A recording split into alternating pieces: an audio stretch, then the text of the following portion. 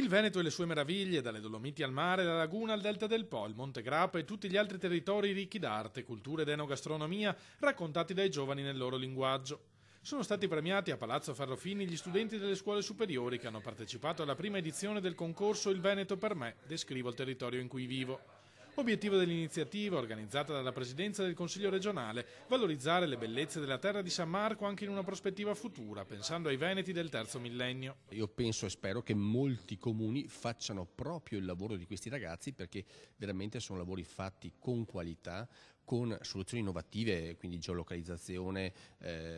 scansione del codice QR per andare in un posto e vedere le cose di un altro, quindi cose innovative anche per un turista molto più, diciamo così, digitalizzato rispetto a quello magari di un passato. Quindi